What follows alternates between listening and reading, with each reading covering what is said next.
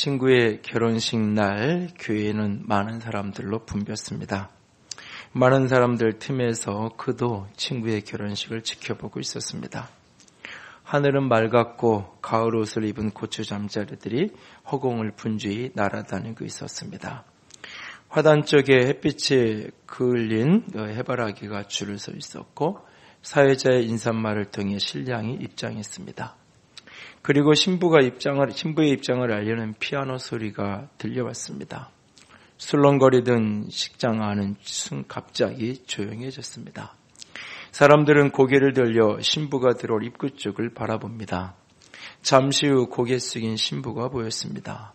다리가 불편한 신부는 아버지 손을 잡고 한 걸음 한 걸음 조심스럽게 걸어 들어왔습니다. 중심을 잡으려고 안가림을 썼지만 느리게 연주되는 피아노 반주에도 신부는 발을 맞추지 못했습니다. 쓰러질 듯 한쪽 발을 내딛고는 서둘러 다른 한쪽 발을 내딛다가 신부는 그만 중심을 잃고 넘어지고 말았습니다. 안타까워하는 사람들의 목소리로 식장 안은 술렁거렸고 신부를 일으켜 세우는 신부의 아버지의 눈에는 눈물이 글썽거렸습니다. 잠시 후 신랑과 신부는 죄를 향해 뒤돌아섰습니다. 그때 그는 세상에서 가장 아름다운 모습을 보게 됩니다. 신랑이 자신의 한쪽 발을 신부의 웨딩 드레스 밑으로 살며시 놓고는 신부의 짧은 왼쪽 발을 자신의 등 발등으로 떠받치고 있는 것이었습니다. 신랑은 중심을 잡으려고 신부보다 더 많이 흔들리고 있었습니다. 이찬원 선생님의 연탄길이라는 책에 실린 아름다운 동반자라는 제목의 글입니다. 우리의 가정이, 교회가, 그리고 우리에게 사는 이 공동체가 연약한 지체들을 자신의 발등으로 떠받쳐줄 수 있는 그런 아름다운 공동체가 되었으면 얼마나 좋을까라는 생각을 하게 됩니다. 사랑으로 함께한 우리 모두가 하나님을 향해 함께 예배할 뿐만 아니라 이 험한 세상을 함께 동행하며 살아가는 우리 모두가 되어지기를 원합니다. 하나님은 우리 모두가 뜻을 같이하여 한 길을 걸어가는 아름다운 동행의 모습으로 살아갈 때 그것을 보시며 우리 하나님은 한없이 기뻐하실 것입니다. 아모스 선지자는 함께 읽은 본문을 통해 우리에게 이렇게 말씀합니다. 두 사람이 뜻이 같지 않은데 어찌 동행하겠느냐라고 우리에게 말합니다. 여러분, 같은 버스를 타고 간다고 해서 우리는 그것을 동행이라고 말하지 않습니다.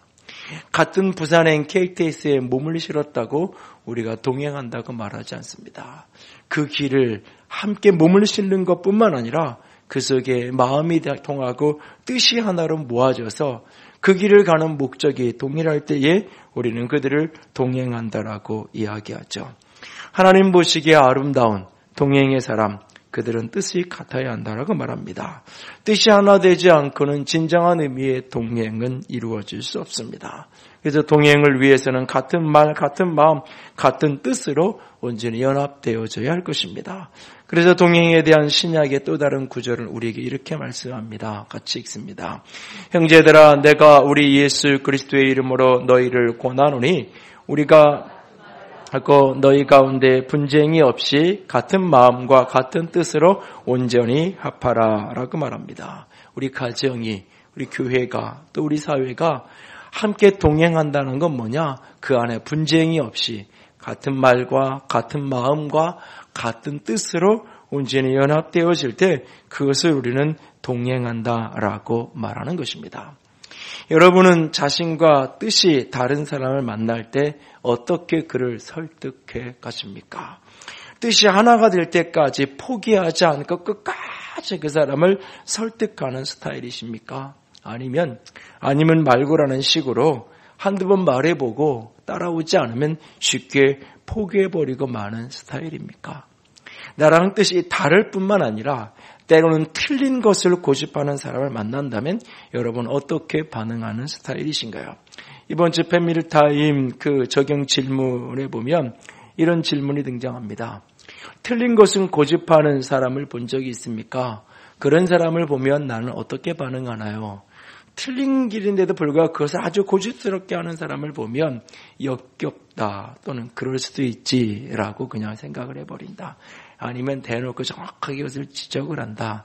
아니면 돌려서 말한다. 나는 어떤 스타일인지 정답을 이야기하라면 여기 없는 5번째 기타 끝까지 설득한다. 이런 걸 텐데 여러분 어떻게 나는 일반적으로 어떤 경향성을 가진 사람인가요? 아니면 이 정도도 아니고 아예 그런 사람을 비난하고 손가락질하고 또는 조롱하는 그런 사람은 혹시 아닌가요? 우리 공동체가, 우리 가정이 사랑으로 동행하려면 설득하고 설득되어질 때에 하나 될 수 있다는 사실입니다. 우리가 누군가와 동행한다고 할 때 이미 뜻이 다 맞는 사람만 같이 갈 수는 없습니다. 때로는 뜻이 맞지 않음에도 불구하고 그 사람을 설득해서 함께 길을 걸어갈 때 그것이 동행의 여정입니다. 나랑 뜻이 맞는 사람, 생각이 맞는 사람, 그런 사람들만 모아놓고 원래부터 그렇게 맞는 사람하고 같이 가는 것, 그런 동행은 그렇게 어렵지 않을 겁니다. 그러나 그렇게 시작한 사람도 중간에 가다 보면 갈등이 생기고 뜻이 달라지고 생각이 달라질 때가 얼마든지 있습니다. 그럴 때마다 나랑 뜻이 다르니까 넌 안 돼 라고 이렇게 끊어내면 결국 인생을 홀로 살아갈 수밖에 없을 겁니다. 우리는 때로 뜻이 다른 그 사람을 설득해서 한 뜻으로 한 마음으로 모아서 함께 걸어갈 때 그것이 진정한 동행의 모습일 것입니다. 그래서 동행을 위한 가장 중요한 품성 가운데 하나가 바로 설득력입니다. 사문의 품성 주제는 설득력입니다. 이 설득력을 세상의 일반적인 정의론 이렇게 사전적으로 정의합니다. 상대편이 이쪽 편의 이야기를 따르도록 깨우치는 힘, 그러니까 설득력 있다라고 말하면 상대방을 내 쪽으로 끌어오는, 그렇게 설득할 수 있는, 그렇게 따라오도록 하는 깨우쳐주는 그런 어떤 힘, 그것을 설득력이라고 말합니다. 그런데 도대체 어떻게 이것을 깨우칠 수 있을까? 우리가 상대방을 깨우친다라고 말할 때 그 깨우치는 것이 상대편을 내 편으로 만드는 게 뇌물을 줘서도 내 편을 만들 수도 있고 거짓말로 속여서도 내 편을 만들 수도 있고 때로는 그럴 수 있는 거잖아요. 때로는 영업하는 분들 물건을 팔라고 이렇게 할 때에 내가 열심히 물건을 해서 파는데 사실은 그게 상대방에게 유익이 되기도 하지만 때로는 별로 유익이 되지 않는 건 줄 내가 알면서 나는 팔아야 되니까 성과를 내야 되니까 상대방에 꼭 필요한 것이 아닌 것을 알면서도 어쩔 수 없어 때로는 팔 때도 있잖아요. 사실은. 그런데 설득한다라고 말할 때 단순하게 상대방을 내 편으로 만드는 것으로 끝난다면 설득이 아닌 다른 방법도 참 많이 있을 거예요. 그래서 이 설득력이 깨우치는 힘이라고 말하는 이 부분을 조금 더 확대해서 설명해서 우리는 설득력의 정의를 이렇게 내리기 원합니다. 한 번 더 같이 읽습니다. 상대방이 사고의 한계로 보지 못하는 결정적인 사실로 인도하는 것. 상대방이 사고의 한계 때문에 보지 못하는 어떤 부분들, 그 결정적인 사실로 그 사람을 이끌고 가서 그 보지 못하는 것을 보도록 도와주는 거예요. 그러면 그 내면에서 스스로 설득되는 거죠. 이것이 나한테 필요 있는 물건이라고 전혀 생각하지 않았는데 쭉 상대방의 이야기를 들어보니까 이것이 나에게 필요한 물건이라는 게 받아들여지면 설득이 된 거잖아요. 내 사고의 한계로 보지 못하던 것들을 그 결정적인 사실로 그 사람을 이끌고 가서 그것을 보게 하는 것, 그것이 바로 설득력이라고 말합니다. 그리고 그 반대의 개념을 다툼이다라고 말하고 있습니다. 우리가 설득해야 될 대상이 내가 이렇게 물건을 팔기 위해서 설득하는 정도뿐이라면 안 설득되고 안 되면 그냥 안 만나면 되는 거고, 그냥 설득 몇 번 해보다가 팔려고 그래도 안 팔리면 그 사람 더 이상 안 만나면 되는 거고, 다툴 이유가 없겠죠. 그러나 설득력의 반대를 다툼이라고 하는 것은 공동체 속에서, 가정에서, 부모와 자녀 간에, 교회 안에서, 때로는 소그룹 안에서 우리가 같이 걸어가는데 분명히 나와 뜻이 다르단 말이에요. 나는 오른쪽으로 가자는 저 사람은 왼쪽으로 가자고 이야기한단 말이에요. 그것을 그대로 놔두면 그 안에 반드시 다툼이 나오는 거죠. 소극적으로 침묵하며 담이 생길 거고, 적극적으로 하면 결국 싸움이 될 수밖에 없는 거잖아요. 그것을 설득해서 결국 뜻이 하나로, 마음이 하나로 모아지도록 만들어 가야 하는 거잖아요. 그래서 설득력의 반대말을 다툼이다라고 이렇게 놓고 있는 것입니다. 자신의 사고의 한계를 보지 못하는 것을 어느 날 그 결정적인 사실을 보게 될 때 다툼은 그쳐지고 뜻이 하나됨으로 함께 동행할 수 있는 것입니다. 어떻게 하면 우리가 아름다운 동행을 위한 설득력 있는 사람이 될 수 있을까요? 설득력 있는 품성의 사람이 되기 위해서, 그런 사람이 갖춰야 될 가장 기본적인 태도, 기본적인 부분은 무엇일지를 오늘같이 좀 더 나누기 원합니다. 첫 번째로 아름다운 동행을 위한 설득력을 갖기 위해서는 사고의 한계를 인정하고 공감하는 것에서 시작을 해야 됩니다. 무슨 얘기냐? 상대방에게만 사고의 한계가 있는 것이 아니라는 사실입니다. 사고의 한계가 상대방에게만 있는 게 아니라 나에게도 있다라는 것을 정직하게 인정하고 공감하는 태도로 접근해야 설득이 된다는 거예요. 설득한다는 것은 일방적으로 강요하는 게 아니에요. 일방적으로 상대방 말 못하게 하고 나 혼자 쫙 그냥 이야기하고서는 이렇게 했으니까 대해 그냥 그렇게 해서 끌고 가는 거, 그것은 설득한 게 아니죠. 그냥 끌고 가는 거죠.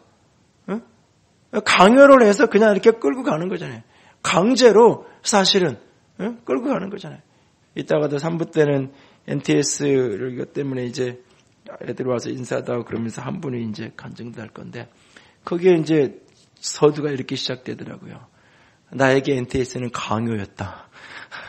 애는 안 한다 그러는데 아무리 생각해도 엄마 입장에서는 시켜야 되겠어요. 그래서 우는 애를 강제로 사실은 시작을 했다고.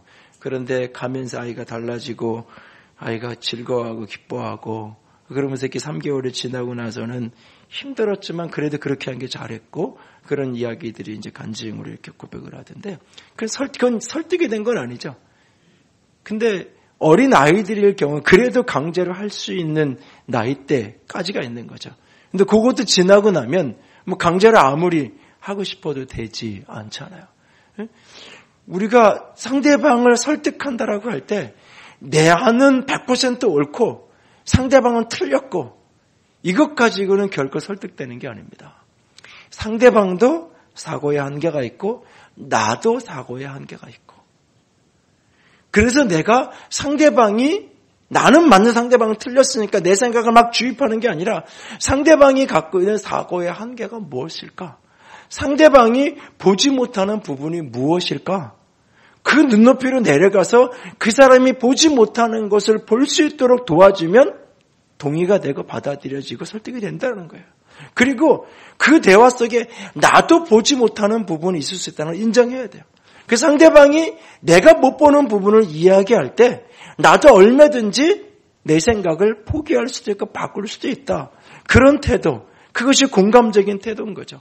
그러니까 사고에 한계가 있음을 겸손하게 인정하고 공감하는 것에서부터 진정한 의미의 설득이 된다는 것. 특별히 가족이나 교회 안에 이 가까운 사람들끼리 무엇인가 설득하는 그 기본적인 출발선은 결국 상대방만 한계가 있는 게 아니라 나에게도 사고의 한계가 있다는 것을 인정하고 겸손하게 그 상대방의 눈높이로 내려가는 그 공감적인 설득, 그것이 가장 첫 번째 설득의 출발선이에요. 이런 이야기가 있죠. 한 부부가 유람선에서 해상 조난을 당한 겁니다. 조난을 당했는데 구조정에 남아있는 자리는 하나밖에 없어요. 그런데 이때 남편이 부인을 남겨두고 혼자 구조선에 올라탄 겁니다. 부인은 침몰하는 배 위에 있습니다. 남편을 향해 소리칩니다. 남편은 뭐라고 소리쳤을까요? 초등학교 아이들을 모아놓고 선생님이 이 질문을 합니다. 여러분 같으면 이 부인이 뭐라고 말했을 것 같습니까? 아이들이 화가 났어요. 어떻게 그럴 수 있냐고. 당신을 저주할 거예요. 내가 당신 같은 사람을 남편이라고 믿었다니 하면서 막 소리를 지르고 화를 낼 거라고 아이들이 막 이런저런 이야기를 합니다. 그런데 저 구석에는 한 아이가 아무 말도 하지 않고 그런 이야기들을 이렇게 물끄러미 바라만 보고 있는 겁니다. 선생님이 그 아이에게 묻습니다. 너는 어떻게 생각하니? 뭐라고 말했을 것 같니? 선생님, 제가 생각했을 때에 아마 그 부인은 이렇게 말했을 것 같아요. 우리 아이 잘 부탁해요 라고 말했을 것 같아요. 선생님이 깜짝 놀랐습니다. 그러면서 묻습니다. 너 이 이야기 미리 들어본 적 있니? 라고 묻습니다. 아니요 선생님. 제 어머니가 돌아가실 때 저희 아빠에게 그렇게 말씀하셨대요. 선생님은 감격해하며 그래 정답이다 네 이야기가. 그러면서 이야기를 계속해서 이어갑니다. 배는 침몰했고 남편은 집으로 돌아와 딸을 잘 키웠습니다. 그러나 몇 년 후에 병을 얻어 세상을 떠나게 됩니다. 딸이 아버지의 유품을 정리하던 중 아버지의 일기장을 발견하게 됩니다. 아빠와 엄마가 유람선 여행을 갔을 때 엄마는 이미 고칠 수 없는 중병을 앓고 있었던 것입니다. 그 여행이 이 세상에서의 마지막 여행을 같이 가다가 그렇게 사고를 당한 겁니다. 아빠는 살 수 있는 유일한 기회를 버릴 수가 없었던 것입니다. 아빠의 일기에는 이렇게 쓰여 있습니다. 그때 나도 당신과 함께 바닷속에서 죽고 싶었지만 그럴 수가 없었어. 우리 딸 때문에. 당신만 깊고 깊은 해저 속에 잠들게 해서 미안해. 사람들은 다 손가락질을 하고 비난을 했을지 모르지만 그만의 이유가 있었죠. 다른 사람은 이해할 수 없는.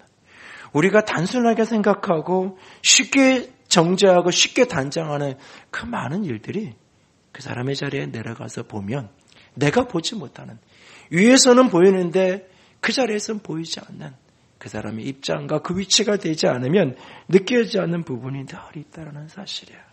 그래서 누군가가 우리를 설득하고 하려고 할 때 내 판단만 100% 옳아. 나는 옳고 너는 틀렸고 나는 똑똑하고 너는 무식하고 이런 식의 접근으로는 진정한 의미의 설득이 되지 않는다는 거예요. 설득은 나도 틀릴 수 있고 그런데 너도 사고의 한계가 있으니까 못 볼 수가 있어. 그 보지 못하는 것 우리 같이 한번 보자. 내가 그거 볼 수 있게 도와줄게. 또 나도 내가 보지 못하는 게 있다면 너도 나에게 그 보지 못하는 것을 좀 가르쳐줬으면 좋겠어. 그것이 설득하고 설득되어지는 공감적인 그 모습의 설득의 가장 첫 번째 모습입니다. 사도행전의 성경은 이렇게 말하잖아요. 듣기는 들어도 듣지 못하고 보기는 보아도 알지 못하는 게 우리들이라고 말해요. 어느 날 욥이 하나님 앞에 회개하면서 이렇게 고백하잖아요. 같이 읽을까요? 무지한 말로 이치를 가르는 자가 누구니까? 나는 깨닫지도 못한 일을 말하였고 스스로 알 수도 없고 헤아리기도 어려운 일을 말하였나이다. 고난의 의미에 대해서, 인생의 의미에 대해서, 하나님에 대해서 수없는 이야기를 쏟아붓던 욥이 하나님한테 고백하면서 이야기하는 거예요. 그 어떤 사람을 지금 이야기하는 게 아니에요. 내가 바로 무지한 말로 이치를 가리는 사람이었다. 내가 깨닫지 못한 일을 말했고 스스로 알 수도 없는 일을 내가 헤아리기도 어려운 일을 내가 혼자 아는 것처럼 내가 그렇게 떠들었다고 고백하고 있는 것입니다. 누군가를 설득하고 싶습니까? 나와 그에게, 우리에게 사고의 한계가 있다는 것을 인정하고 상대방의 눈높이로 내려가는, 그의 자리로 내려가는 공감하는 것에서부터 시작할 수 있기를 원합니다. 내 생각을 일방적으로 강요하고 내 생각을 어떻게든 상대방에게 관철시키는 것, 그것이 동행을 위한 설득력의 출발이 아닙니다. 내게도 한계가 있고 너에게도 한계가 있고 그것을 서로 인정하는 공감의 모습, 그것이 설득의 첫 출발입니다. 두 번째, 설득력에는 그래서 아름다운 동행을 이어가려면 관계의 신뢰를 통해서 인도해 가야 합니다. 설득의 가장 중심적인 요소는 관계적인 신뢰라는 사실을 잊지 마십시오. 설득력에 이 세 가지 요소가 있다라고 이야기하죠. 에토스, 파토스, 로고스라고 표현하는 품성, 감성, 이성, 그 논리, 감정, 그 사람의 어떤 신뢰도, 그 사람 평판, 이 품성과 감성과 이성, 이 세 가지가 가장 중요한 요소라고 말합니다. 아리스토텔레스가 자신의 수사학에서 수사학을 이렇게 정의하죠. 주어진 상황에 가장 적합한 설득 수단을 발견하는 것. 지금 주어진 이 상황에서 가장 대방을 설득하기 위한 가장 적합한 수단을 만들어내고 발견해내는 예술, 그것이 수사학이다, 그것이 레토릭이다 라고 말하는데, 그는 이 책 속에서 설득의 요소 세 가지를 이렇게 소개하고 있는 것입니다. 품성과 감성과 이성, 에토스, 파토스, 로고스, 이것이 누군가를 설득하는 커뮤니케이션의 가장 중요한 요소 세 가지를 이야기합니다. 그런데 이 세 가지 중에 논리는 10%밖에, 이성은 10%밖에 되지 않는다고 말해요. 감성이 30%, 오히려 품성, 이 부분이 60%에 해당한다고 말합니다. 이 품성에 해당하는 이 에토스라는 것은 뭐냐?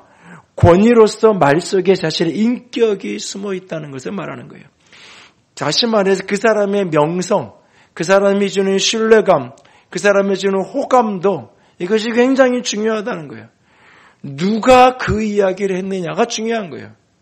믿을 만한 사람이 그 이야기를 했느냐? 누가 그 말을 내게 지금 했느냐 이거죠.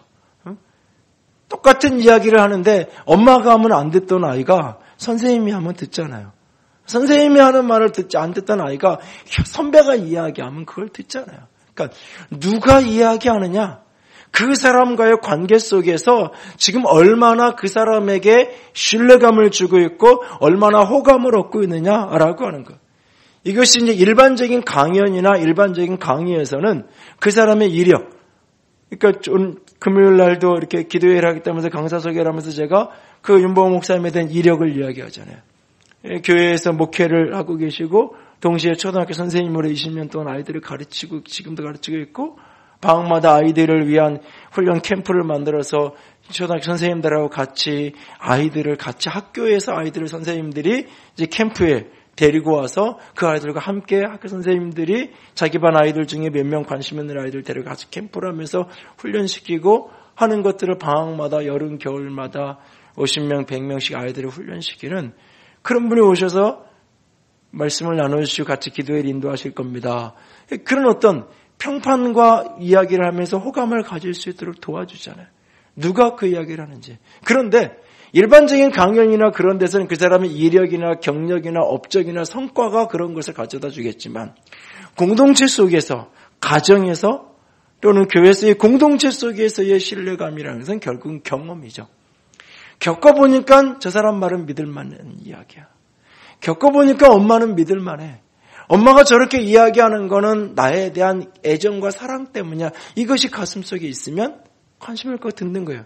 근데 엄마는 사랑 때문이라고 이야기하는데 듣는 아이는 저거 엄마를 위해서 그러는 거지. 공부하라는 거 나 위해서 그래 100% 거짓말이고 엄마가 자기 자랑하고 싶어서 내가 엄마를 위해서 내가 왜 해? 아이가 그렇게 느낀다면 무슨 이야기를 해도 그거는 잔소리고 무슨 이야기 아무리 옳은 이야기라도 강요밖에 안 되는 거죠. 모든 설득의 첫 출발이 누가 이야기하느냐. 그 신뢰도. 근데 이게 60%나 해당한다는 거예요. 모든 설득의 대부분이 사실 이 누가 말하느냐다가 굉장히 중요한 요소가 된다고 이야기해요. 그 두 번째가 이제 파토스라고 하는 이 표현, 감성이라고 하는 외부로부터 영향을 받아 생기는 인간의 감정 상태. 다른 말로 얘기하면 듣는 사람의 심리 상태를 얘기해요. 듣는 사람의 심리 상태. 그러니까 듣는 사람이 마음이 이렇게 열려 있으면 듣는데 듣는 사람의 심리 마음이 닫혀 있으면 안 듣는 거잖아요. 그 듣는 사람의 이 마음 상태를 열어주는 열어주는 그 감성적인 그런 부분들이 굉장히 중요하다는 거예요. 출애굽기에 보면 이스라엘 백성들을 모세가 그렇게 설득하는데 기적도 보여주고 막 설득하는데도 이스라엘 백성들이 모세의 말을 믿지 않아요. 듣지 않아요. 왜냐하면 마음이 상해 있으니까. 그 마음이 상하고 현실이 너무 어려워요. 마음이 상하고 현실이 어려우면 아무리 좋은 설교를 듣고 뭐 아무리 좋은 강연을 듣고 뭐 기적적인 어떤 뭐 역사가 나타나는 이야기를 들어도 별로 마음이 없는 거예요. 지금 내 마음이 황무지가 되어 있으니까.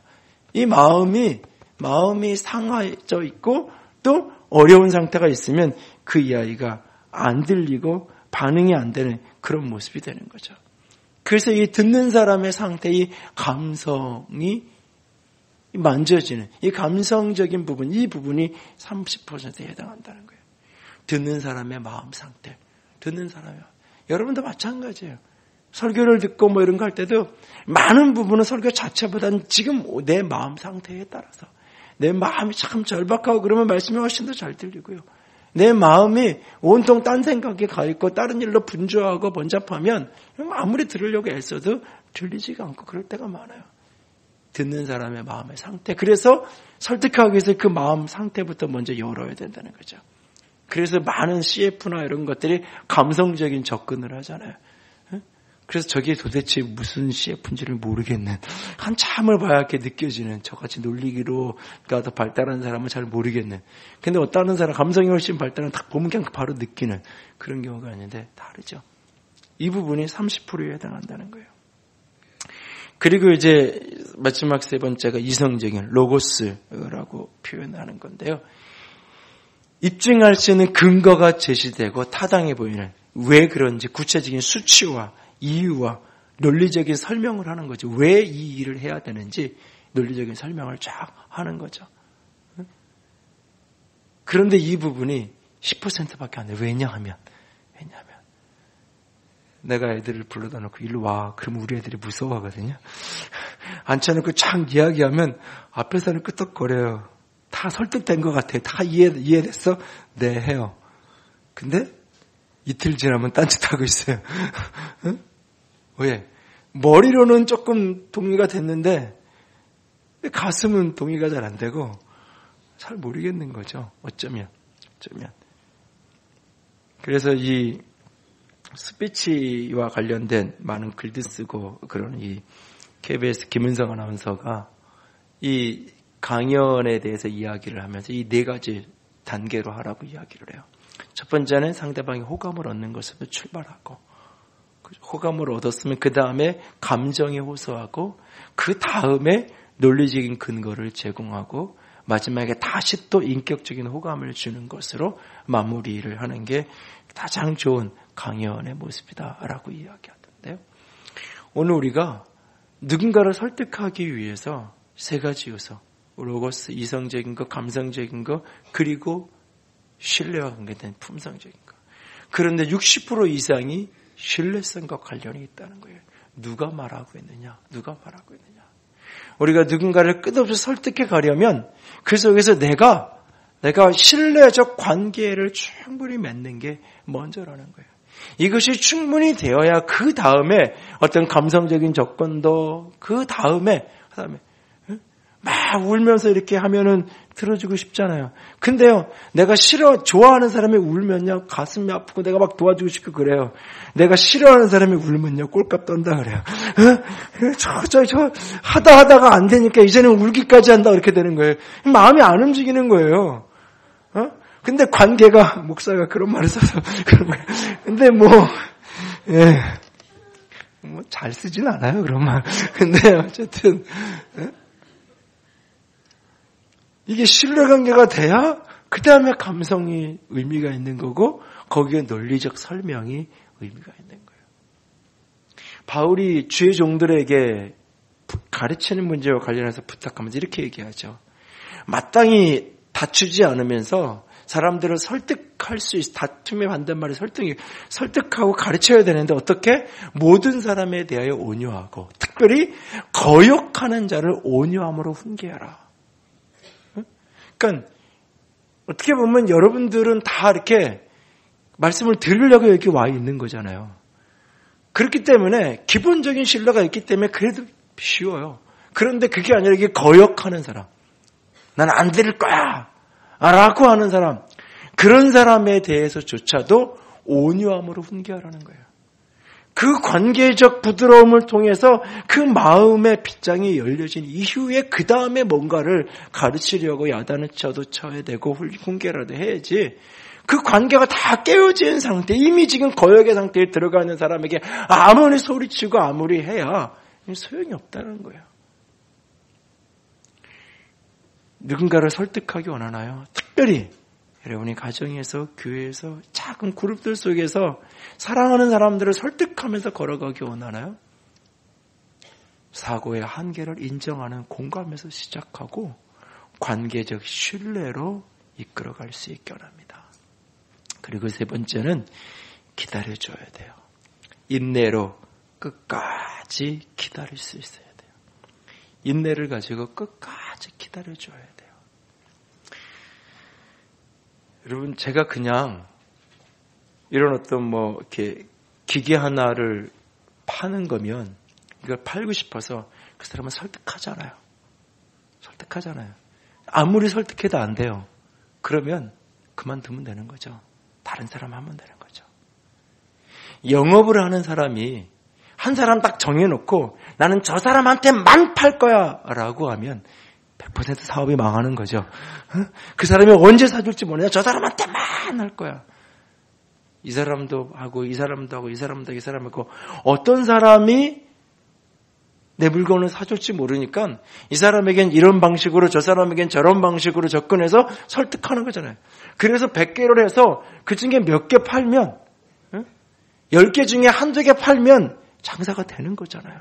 사실은 나는 오늘 한 명 딱 찍어서 오늘 딱 첫 손님 오는 날 저 사람 붙들고 나는 끝까지 나는 결정을 저 사람이 살 때까지 쫓아다니고 문 걸어 잠그고 그 사람 쫓아서 돌아다니면서 그 사람한테 팔 거야. 그게 아니잖아요. 우리가 설득을 왜 동행이라고 노느냐? 일반적인 의미의 설득은 동행을 위한 게 아니에요. 내가 필요하니까, 내 물건을 팔아야 되겠으니까, 내 편을 만들어야 되겠으니까, 그냥 여기에 사람 많이 모아야 되겠으니까, 그런 일반적인 설득은 기다림이 필요가 없어요. 그러나 내 자녀가 다른 길을 가요. 내 사랑하는 사람들이 믿음의 길이 아닌 불신앙의 길을 가요. 설득해봤어요. 부탁해봤어요. 울어도 봤어요. 그러면 안 돼요. 그러면 너 지옥 가는 거지 나랑 무슨 상관이냐. 믿음은 1대1인데. 그리고 포기할 수 없잖아요. 포기할 수 없잖아요. 끝까지 설득해야 되잖아요.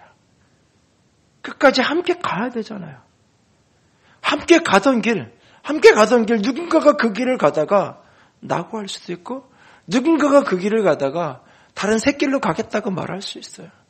그 길로 가면 낭떠러진 게 내 눈에는 분명히 보여요.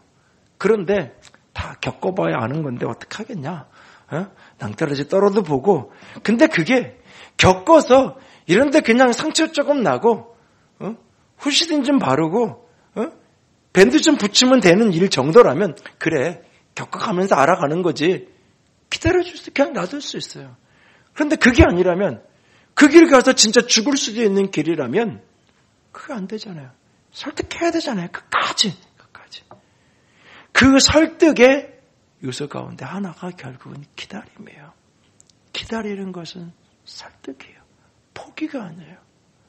기다리는 그 시간 기도하고 있는 거니까요.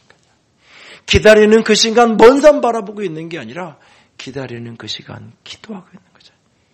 내가 최선을 다하고 내가 열정을 다하고 모든 것을 다해도 안 되는 그 모습.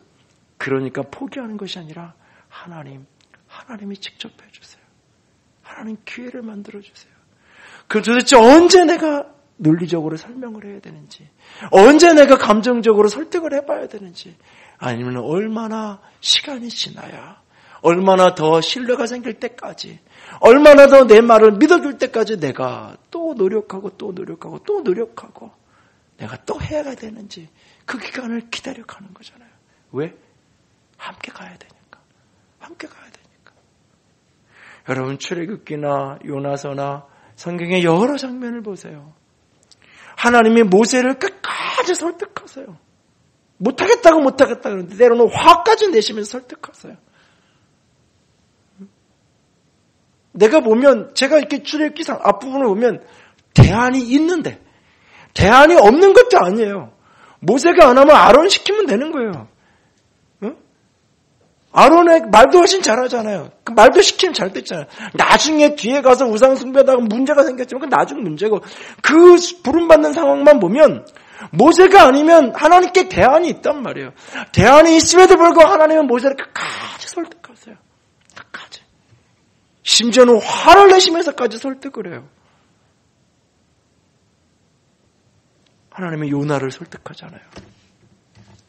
니느웨로 가라는데 다스스로 도망가는 그 선지자. 명색이 선지자인데 하나님이 니느웨 가라는 다스스로 도망가는 그게 선지자예요? 그게 하나님의 사람이냐고요. 그런데 그 사람을 바람으로 풍랑으로 설득하시잖아요. 설득하는데 알아요. 누가 이 바람을 보냈는지, 누가 풍랑을 보냈는지 하나님이 보낸 거 뻔히 알아요. 그런데도 나는 죽으면 죽었지 나는 못 가. 그때라도 하나님 내가 잘못했어요. 다시 안 가고 니느웨로 갈게요. 그랬으면 풍랑 멈췄을 거예요. 그럼 나는 죽어도 못 간다 그래요. 뱃사람들 날 차라리 죽여버리라 그래요. 그래서 바다에 집어던지잖아요. 근데 하나님은 큰 물고기를 준비하셔서 그를 받으시잖아요. 그래서 3일 동안 그 어두움 속에서 그를 어두움 속에서 스스로 깨달을 때까지 기다리잖아요. 깨달았으나 깨달지 못했죠. 깨달았으나 깨달지 못했어요. 그래서 니느웨 성에 갔지만 억지로 3일길이 되는 그 도시에 한나절 그냥 그렇게 억지로 복음 전했어요. 억지로 말씀 전했어요. 하나님 말씀. 그랬는데 이게 웬걸 사람들이 회개하고 돌아오잖아요. 이제 또 화가 났어요. 하나님 어떻게 이럴 수 있냐고. 이 니느웨 성을 어떻게 살려줄 수 있냐고. 이 약한 사람에게 어떻게 긍휼을 베풀 수 있냐고 화가 나서 니느웨 성을 내려다보이는 언덕 위에 연자 농성을 하잖아요. 돗자리를 깔고 그 박농굴 밑에 가서 그늘가에 앉아가지고 니느웨 성을 내려다보면서 하나님 이 성이 망할 때까지 나는 여기 있을 거라고. 아마 금식하고 단식 투쟁을 하면서 했을 거예요. 금식을 할 때가 있고 단식 투쟁을 할 때가 있죠. 하나님에게. 이거는 말은 금식이라고 말하는데 사실은 단식일 때가 있어요. 하나님이 이기나 내가 이기나 보자. 죽으면 죽으리라.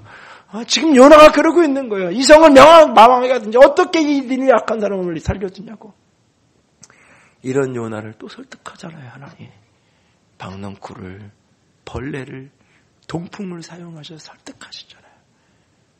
어느 날 화를 내고 있는 요나에게 하나님이 이렇게 말씀하세요. 같이 읽습니다. 여호와께서 이르시되 내가 수고도 아니하였고 재배도 아니하였고 하룻밤에 났다가 하룻밤에 말라버린 이 박넝쿨을 아꼈거든. 하물며 이 큰 성은 니느웨에는 좌우를 분별하지 못하는 자가 12만여 명이요 가축도 많이 있나니 내가 어찌 아끼지 아니하겠느냐 하시니라. 내가 어찌 아끼지 않겠느냐. 요나는 보지 못하던 것.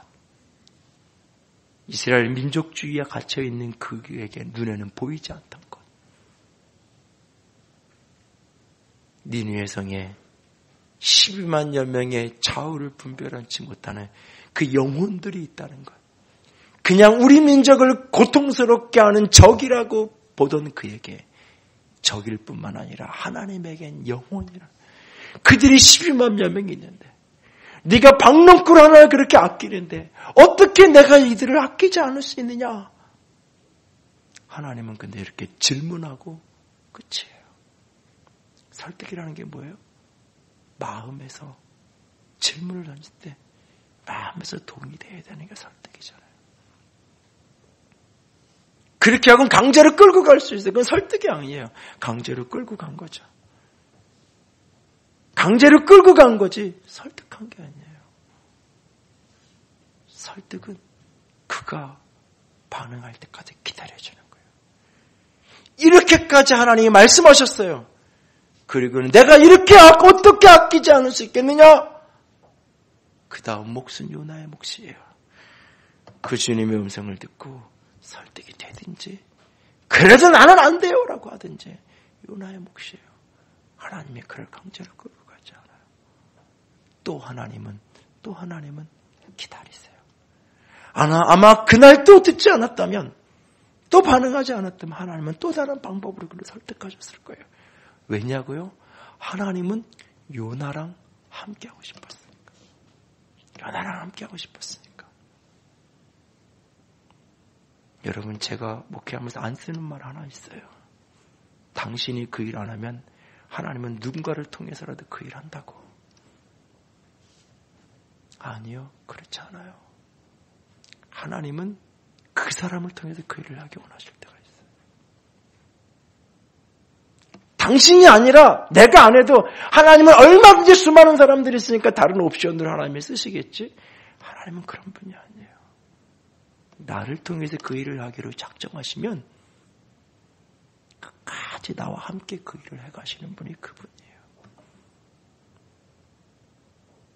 왜? 동행하고 싶어 하시니까. 우리가 누군가를 설득하는 이유도 거기에 있는 거예요. 설득해야 하는 이유의 핵심도 거기에 있는 거예요. 내 그냥 할 만큼 난 했어. 그게 중요한 게 아닌 거예요. 나는 할 말 했어. 나중에 딴소리 하지만 내가 얘기했으니까. 그게 중요한 게 아니에요. 설득이 왜 기다림으로 이어져야 되는지, 왜 기다리며 기도하는 것이 설득인지 함께 가야 하기 때문에 그것이 하나님의 마음이고 그것이 우리가 품어야 할 마음이라는 사실을 잊지 마십시오. 하나님의 교회가, 우리의 가정이, 우리 공동체가 하나님 보시기에 함께 예배할 뿐만 아니라 함께 동행하는 사람들이 될 수 있게 원합니다. 여러분의 가정이 세 식구든 네 식구든 함께 동행할 수 있는 가정이 되기 원합니다. 그러기 위해서 서로를 설득하십시오. 내 주장을 강요하는 게 아니라 설득하십시오. 사고의 한계를 인정하고 공감하는 것에서부터, 관계적 신뢰로 이끌어가는 것에서부터, 그리고 소망의 인내로 기다려주는 것에서부터 설득하고 또 설득하며 걸어갈 수 있게 원합니다. 서두에 말씀드렸던 이철원 선생님의 연탄길의 마지막, 그 아름다운 동반자의 마지막 부분에 이런 이야기가 등장합니다. 몇 달 후에 친구의 집에 놀러 갔습니다. 친구가 세대로 사는 집, 빨갛게 녹슬어 있는 그 산동네 작은 집. 방으로 들어가는 좁은 통로는 꽃게처럼 옆으로 이렇게 걸어서 들어가야 되는 그 좁은 통로를 지나가야 들어가는 그 집. 친구의 아내가 준비해준 저녁을 먹고 이런저런 이야기를 하다가 무심코 방 안을 둘러보다가 액자 속에 분홍색 종이 한 장이 끼어져 있는 걸 발견합니다. 빼서 보니 친구가 아내에게 보낸 편지글이 쓰여져 있습니다. 늘 기쁨으로 당신의 한쪽 다리가 되겠습니다. 만일 그렇지 못하면 당신과 하나가 될 수 있도록 차라리 내 다리를 절개해달라고 기도하겠습니다. 늦은 밤이 되어 그 집을 나오면서 발빛 아래 친구의 배웅을 받으면서 함께 한다는 것이 무엇인가 깊은 생각을 하며 그 밤길을 걸어갑니다. 오늘 우리 모두가 그렇게 함께 동행하는 자들이 될 수 있기를 원합니다. 사고의 한계 속에 보지 못하는 그 부분들을 함께 보여주고 절룩거리는 그 모습을 내 발등으로 부축하면서 함께 동행하며 걸어가는 하나님의 교회, 하나님의 공동체, 우리의 가정이 될 수 있기를 주님의 이름으로 부탁을 드립니다.